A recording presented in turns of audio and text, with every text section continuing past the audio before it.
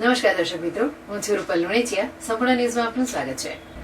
પાલનપુર શહેરમાં નગરપાલિકા પ્રજાજનોએ પ્રાથમિક સુવિધા આપવામાં નિષ્ફળ નીવડી હોય અને તેનો વહીવટ ખાડે ગયો હોય તેવું લોકમુખે ચર્ચાઈ રહ્યું છે.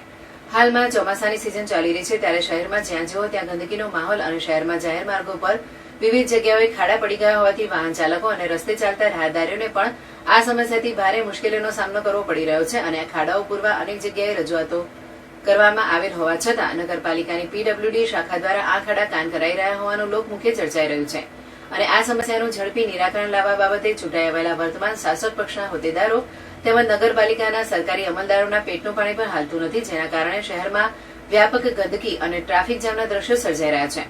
લોકો જાહેર માર્ગના ખાડાની સમસ્યાથી ત્રાહિમામ પોકારી ઉઠ્યા છે અને શાસક પક્ષના ચૂંટાયેલા હોદ્દેદારો અને સરકારી અધિકારીઓ સામે લોકો ફિટકાર વરસાવી રહ્યા છે. આ સમસ્યા બાબતે પાલનપુર શહેર મામલતદાર તેમજ જાગૃત જિલ્લા કલેક્ટર દ્વારા મનમાની ચલાવનાર નગરપાલિકાના સત્તાધીશો અને સરકારી અધિકારીઓ સામે લાલાંક કરી પ્રજાજનોની સમસ્યાનો તાકીદે હલ કરાવે તેવી જનમાંગ શહેરીજનોમાં ઉઠવા પામી છે.